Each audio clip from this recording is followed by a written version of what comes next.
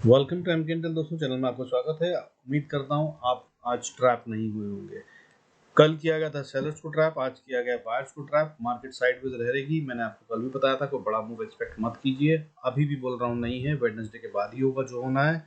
Wednesday को जैसा कि मैंने कल बताया था, फेड की मीटिंग है, जरूरत हो तो कल का वीडियो देख लीजिएगा, उसके अंदर एक्सप्लेन करा हुआ है। आइए अब चलते हैं, आज के वीडियो को शुरू करते हैं। देखते हैं कि आज क्या हुआ और उसको कैसे समझा जाए और कल करना क्या है, गेम लेवल्स क्या होंगे। Before we start I request to go to the disclaimer. जरूरत तो वीडियो को पॉज करके पढ़ें। आज एफआईआईज और डीआईएस दोनों ने बाइंग करी है, लेकिन कम क्वांटिटी में। परसों तक मैंने बताया था आपको 3000 करोड़ से ज्यादा का माल बेचा था, 3200 करोड़ से ज्यादा का माल एफआईआईज ने, और डीआईएस ने भी नेगेटिव बेचा था। कल एफआईआईज ने खरीदा था 312 करोड़ के करीब का, और डीआईएस ने कल भी बेचा था लगभग 94 करोड़ का। आज 131.94 करोड़ का माल खरीदा है डीआईएस ने, और एफआईआईएस ने खरीदा है 1196 करोड़ का, 1196 करोड़ का। इसका मतलब जो 3200 करोड़ का माल उन्होंने उस दिन बेचा था, वो अभी तक उन्होंने वापस नहीं उठाया। अभी भी हम उससे नेगेटिव में ही है। नेट में अगर देखा जाए तो वो भी अच्छा खासा, लगभग 2000 करोड़ का। तो आज का अपसाइड भी बहुत बड़ी बात नहीं। कल मैंने आपको कहा था, कल का फॉल भी बहुत बड़ी बात नहीं थी। ये ट्रैप किया जा रहा है।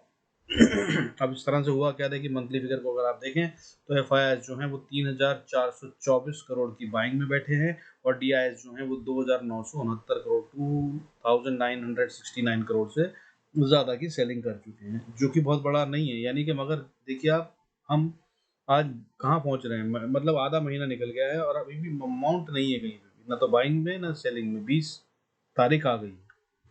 मंथली फिगर अगर देखें तो 3400 करोड़ की, ये तो मतलब एफआईआईएस एक दिन में 7-7 हजार करोड़ की बाइंग करते थे। 3000 करोड़ तो इनकी एवरेज रहती थी। अभी ये पूरे मंथ की एवरेज है। मतलब आप समझिए कि क्या हो रहा है गेम में, बहुत कुछ नहीं हो रहा। मैं आपको फिर बता रहा हूँ, और दूसरी बात मैं बार बार बता रहा हूँ कि स्मॉल कैप और मिड कैप में गेम है, ब्लू चिप्स का टाइम नहीं है अभी।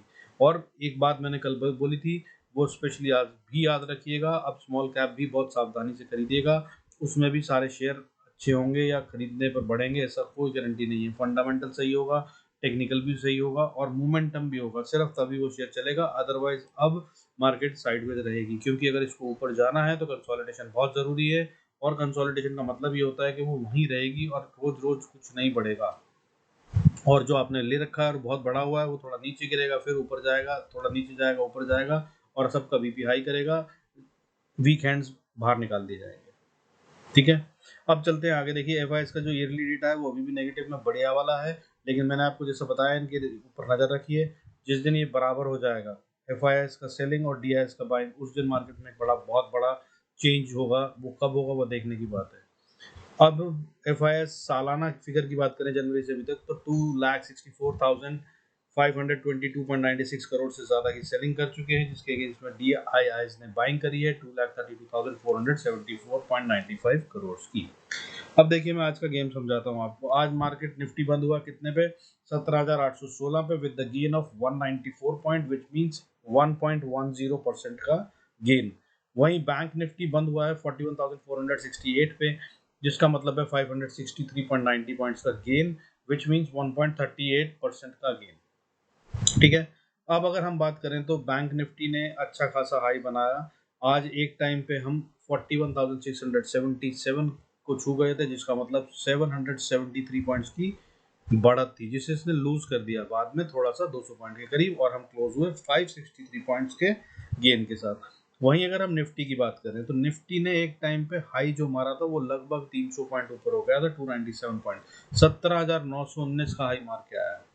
मैंने कल के वीडियो में लेवल बताया था 930, तो ये 920 को छू के आ गया। और मैंने 930 आपको बता दूं कि क्यों नहीं छुआ इसने, क्योंकि मैंने जो लेवल बताया था वो आपको पहले बताया था कि 850 बहुत क्रूशल है, जिसको तोड़ना अब जरूरी है अगर हमें ऊपर जाना है। यानी कि 850 के ऊपर जाकर इसने सबके एसएल खा लिए, स्टॉप लॉस हिट कर दिए। यही सबने किया होगा, इसीलिए मैं अपना डेटा जो बनाता हूँ उसमें एक परसेंटाइल, एक फॉर्मूला होता है, उसके हिसाब से अपना स्टॉप लॉस कैलकुलेट करता हूँ। इसलिए मैंने लेवल 850 के ऊपर 930 का भी दिया था, और वहीं से घूमी है मार्केट। कल के वीडियो में देखिएगा, जहाँ लाइनें खींची हुई वहीं से घूम के आई मार्केट आज। और इसलिए मैं तो नहीं फंसा हूँ, एंड आई होप कि आप भी नहीं फंसे होंगे अगर आप वीडियो देख रहे हैं तो। लेकिन बहुत सारा रिटेल आज फंस गया होगा, क्योंकि सबको पता है कि 850 इज अ क्रूशियल लेवल, इसको पार करेंगे तब हम ऊपर जाएंगे, नहीं तो नीचे जाएंगे। और देखिए हमने अगर 900 समथिंग कवर कर लिया, 920 तक हम चले गए 2019 तक, फिर भी हम क्लोजिंग नहीं कर पाए 850 पर भी। 850 के नीचे ही क्लोज हुए हैं, 816 समझ लीजिए, अच्छा खासा नीचे, इसको ब्रेकआउट मान भी नहीं सकते। और गए थे ऊपर बिल्कुल, ऐसा ही कल हुआ था नीचे जाते हुए, तो दोनों तरफ से ट्रैप कर लिया इन्होंने, बढ़िया से पैसा कमाने वाले। और मूवमेंट कल भी आएगा, कल फिर डराया जाएगा, और असल गेम नहीं होगा, असल गेम वेडनेसडे के बाद थर्सडे को होगा, और थर्सडे भी ना हो शायद फ्राइडे होगा। मेरे हिसाब से Friday will be a very very very very big day, सच बता रहा हूँ, पसीने आ जाएंगे किसी भी दूसरी तरफ अगर आप बैठे हुए, जिस तरफ मार्केट घूम रही है उससे।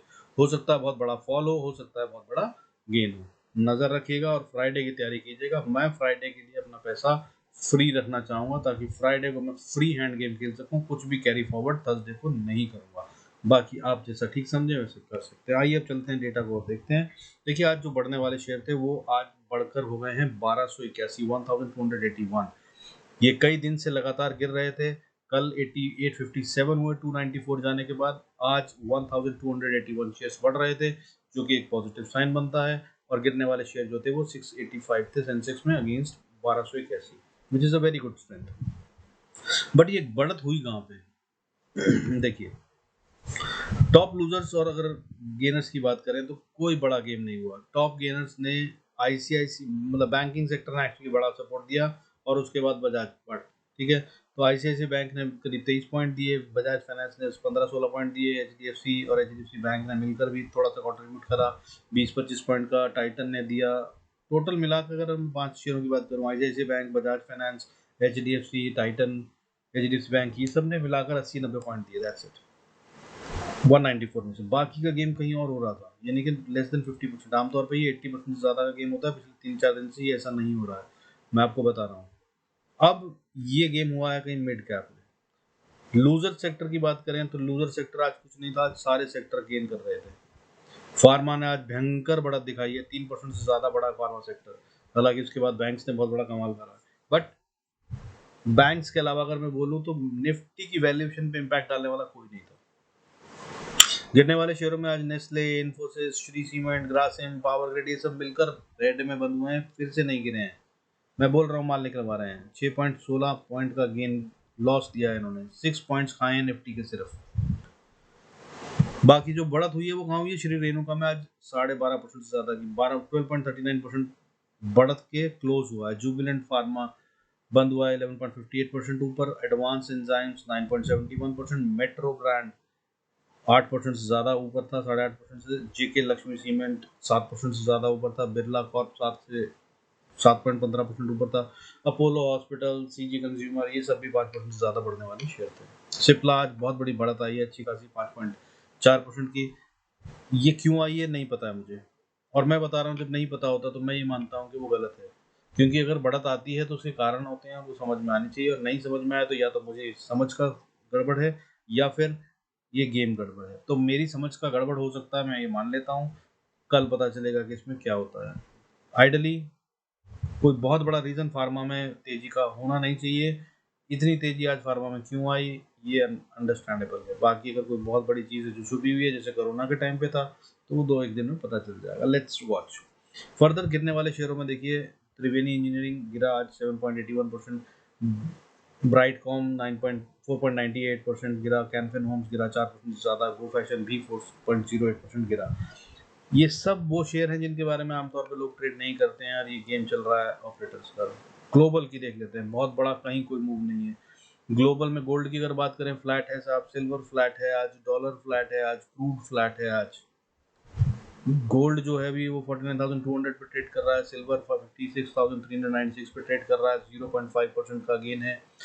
और अगर मैं बात करूं गोल्ड की तो 0.21% का गेन है। डॉलर में अगर बात करूं तो 0.04% का गेन है, 79.7875 पे ट्रेड कर रहा है। एसजीएक्स निफ्टी की बात करूं तो वो अभी फिलहाल नेगेटिव चल रहा है, लगभग 70 पॉइंट डाउन है जिस समय मैं ये वीडियो बना रहा हूं, यानी कि लगभग 0.4% का फॉल, 17,680-81 के आसपास, सॉरी 17,860 के आसपास ट्रेड कर रहा है।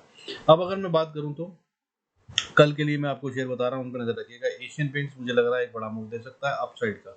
अगर मार्केट ऊपर जाना चाहती है तो एशियन पेंट्स में भाई खेल लीजिएगा, बहुत बढ़िया मूव दे सकता है और ये आने वाले टाइम में अच्छी इन्वेस्टमेंट भी हो सकता है, इस पर आप नजर रख सकते हैं। फर्दर AMG लैंड करके एक शेयर है, ये मिड कैप में आता है, ये 30 रुपये, सॉरी स्मॉल कैप में आता है, 30.3 पे चल रहा है, 30 रुपये 30 पैसे का, और मुझे लग रहा है कि अच्छा बढ़त दे सकता है। फिलहाल मैं छोटी बढ़त के लिए आपको बता रहा हूँ और बड़े वाले टारगेट भी बताऊंगा। मुझे लग रहा है कि ये डबल हो सकता है। 30 रुपये 30 पैसे चल रहा है, सिर्फ 2 रुपये का स्टॉप लॉस लगाइए 28 रुपये का, ठीक है। 28 रुपीज़ के नीचे अगर क्लोजिंग दे दे तो बाहर निकल जाएगा, नहीं तो उसमें बैठे रहिएगा। इसके अभी जो इमीडिएट टारगेट निकल के आ रहे हैं वो मुझे हो सकता है कल ही आ जाए, 31 32 32.5 और 34, 34 तक ही जा सकता है आने वाले 1-2 दिन के अंदर, 35 तक भी जा सकता है। अगर इसने क्लोजिंग दे दी 36 के ऊपर, 36 के ऊपर, तो ये मुझे दिख रहा है कि रॉकेट स्पीड हो जाएगा और ये 55 तक शायद डायरेक्ट दौड़ेगा।